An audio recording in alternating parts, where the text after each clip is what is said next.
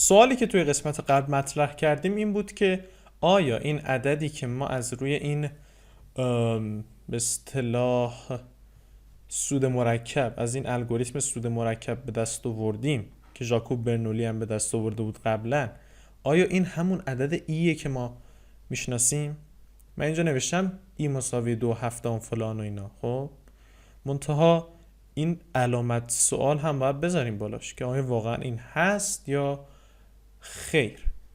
خب برای اینکه بفهمیم هست یا خیر، یه بار الگوریتم سود مرکب بازنویسی میکنیم. خب منتهای مراتب فرض بکنیم m 1 باشه. الگوریتمش چه خواهد بود؟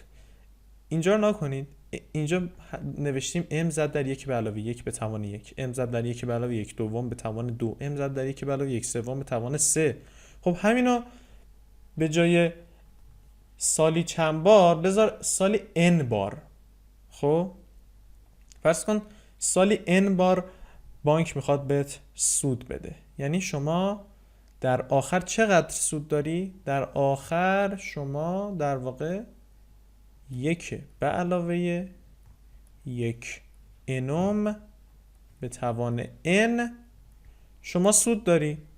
این سود نهایی شماست پس از 1 سال اگر بانک n بار توی سال به شما سود بده. چقدر سود بده؟ 100 انوم درصد بهتون سود بده. حالا 100 انومه مهم نیست، میدونیم دیگه. سود نهایی شما اینه. خب و این اینو هر چقدر ما این درجهشو زیاد میکنیم، هی درجهشو زیاد میکنیم، هی درجهشو زیاد میکنیم، زیاد میکنیم، انگار داریم میرسیم به 2.7. شما با این درجه زیاد کردن آشنایید. خب فقط کافیه الان یه خورده نگاه کنید توی دانستناتون. یعنی چی ما اینو هی زیاد میکنیم؟ یعنی اینو داریم میلش میدیم به سمت بی‌نهایت. خب یعنی چی؟ یعنی این که ما داریم لیمیت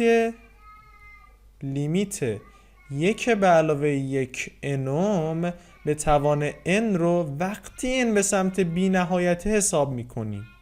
خب که اگه بیایم دستی این n رو هی زیاد کنیم میرسیم به عددی مثل 2.71. خب که البته هی ادامه پیدا میکنه. خب این حدوداً اینه.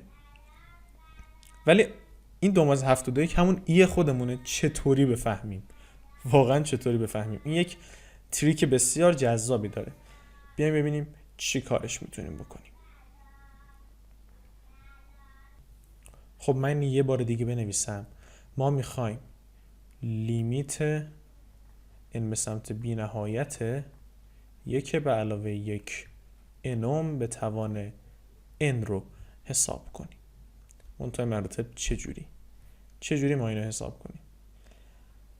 روش لوگاریتمی مشتق یادتونه؟ قطعا با یادتون باشه. حالا ما میخوایم همون روش لوگاریتمیه رو واسه مشتق نه، اینجا واسه حد حساب کنیم.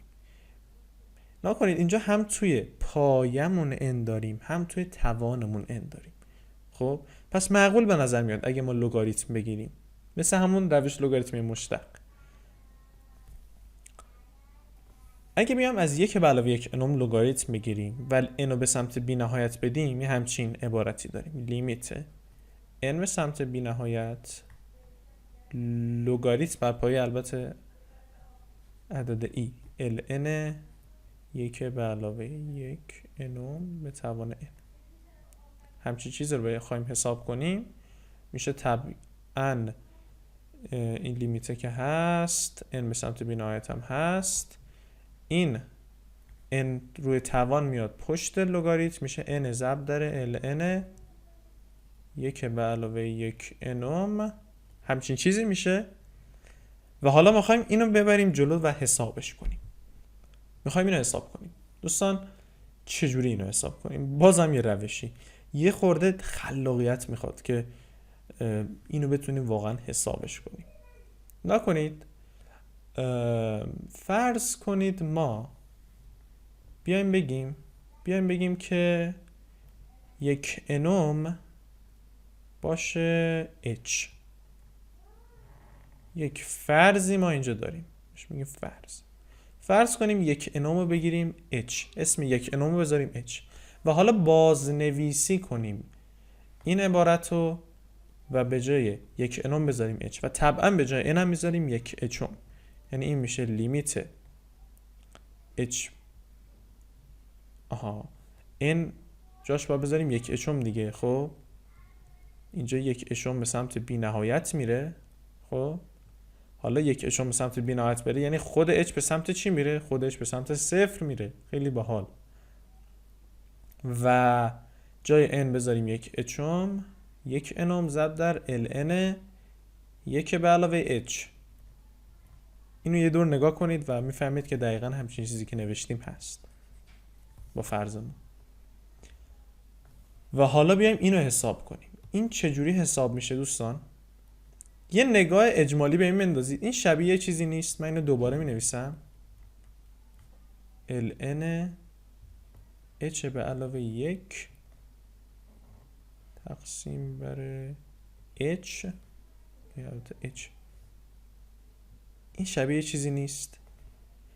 شبیه چیزی هست اگه ما اینجا بیایم بدون منهای صفر اضافه کنیم. قبول دیگه؟ صفر رو که اضافه کنیم هیچ تغییر نمیکنه. یه منهای صفر اضافه کنیم و جای صفره بنویسیم چی؟ جای صفرمون بنویسیم ln یک. ln عدد یک. لگاریتم عدد یک چی میشه؟ خب صفر، ما اینو میدونیم. پس اینو جاش بنویسیم ln یک. در نهایت میشه لیمیت h به سمت صفر ln یک به علاوه h تقسیم بر h و گفتیم جای صفر میتونیم بذاریم ln یک منهای ln یک. خب این به شدت شبیه عبارت مشتقه، به شدت شبیه تعریف مشتقه، تعریف حدی مشتق. خب این مشتق تو چه نقطه‌ایه؟ خب این در واقع مشتق تابع ln h ln h نماز میخوام مشتق تابع ln x در x مساویه با چی؟ x مساویه با یک. یعنی این مشتق تابع لگاریتم در نقطه یک. خب مشتق لگاریتم که یک ایکسان بود دیگه، حالا جای x بذار یک، پس این میشه یک. یه خورده شاید عجیب غریب به نظر بیاد. نگارید ما از اینجا رسیدیم به یک. یه بار دیگه توصیه میکنم متوقف کنید ویدیو رو و ببینید که چطور به یک رسیدیم. خب ما گفتیم لیمیت ln یک به علاوه یک انوم به توان n وقتی n به سمت بی نهایت میره میشه یک. ما اینو حساب کردیم. خب بذارید من اینو یه بار نتیجه نهاییشو بنویسم. می نویسم که لیمیت، یعنی به جا h دیگه بنویسیم n، یعنی یک h رو بذاریم n، عوض کنیم n به سمت بی نهایت ln یک به علاوه یک انوم به توان n میشه یک. و این بی‌نظیر نتیجه‌مون، بی‌نظیره. ولی این یک نیست دوستان. لیمیت خود یک به علاوه یک انوم به توان n یک نیست، لیمیت لگاریتمش شده یک. خب چجوری خودش رو به دست بیاریم؟ اینجوری به دست میاریم. شما مگه نمیدونید که لگاریتم ای میشه چی؟ ln ای میشه یک و لیمیت ln در نقطه ای هم میشه یک. خب پس یک به علاوه یک انوم به توان n میتونه همون ای ما باشه، به شرطی که n به سمت بی نهایت بره. پس این مساوی میشه با ای ما. اینجوری بذارید بهتون بگم در کدوم نقطه هست که حد لگاریتم بشه یک، لگاریتم طبیعی در کدوم نقطه هست که حد ln بشه یک؟ در نقطه ای این اتفاق میفته. و از اونجایی که ln یک به یکه، خب فقط و فقط ای میتونه لگاریتم رو یک کنه. فقط و فقط ای میتونه لگاریتم رو یک کنه. و اگه ما یه حد این شکلی داشته باشیم، حد یه لگاریتمی وقتی شده باشه یک، ورودی لگاریتم، آرگومان لگاریتم فقط n میتونه باشه. خب یعنی 1 به علاوه 1 n به توان n منتها مراتب n به سمت بی نهایت قطعا ایه و ما به نتیجه رسیدیم. در واقع ما اون بالا نوشتیم دیگه، گفتیم که باید حد همچین عبارتی رو به دست بیاریم، دستی هم حساب کردیم شد 2.71 و حالا خورده ای و الان اثبات کردیم با هم که این همون ای خودمونه، همون عدد نپره، همون عدد اویلره. و این نمودار رو این بالا شما میتونید ببینید. این نمودار چه نموداریه؟ این f رو که میبینید این در واقع f مساویه با 1 به علاوه 1 n به توان n. نکنید n هر چقدر زیاد بشه تا 14 هم من اینجا واسهتون آوردم.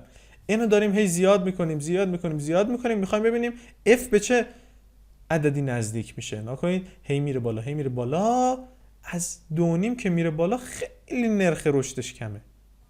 نکنید داره به یک مجانبی داره اینجا، در واقع داره به یک عددی نزدیک میشه و این عدد ما در واقع همون عدد ایه. این مجانب، این خط آبی رنگ همون عدد ایه، همون 2.71 الی آخره و ما اینجا اینو اثباتش کردیم و بسیار جالبه. حتی جالبه بهتون بگم که این عدد ای کاربردهای بسیار فراوانی داره. توی نظریه اعداد کاربرد داره، توی احتمالات شاید باورتون نشه کاربرد داره و همین آقای برنولی کاربردش رو توی احتمالات هم اومده بررسی کرده و خیلی جذاب. دیدیم که 1 به علاوه 1 n به توان n وقتی n به سمت بی نهایت میل میکنه همون ای ماه و این تعریف دیگه از ایه و اینجوری میتونیم ای رو حساب کنیم، عددش رو با تقریب بسیار خوبی.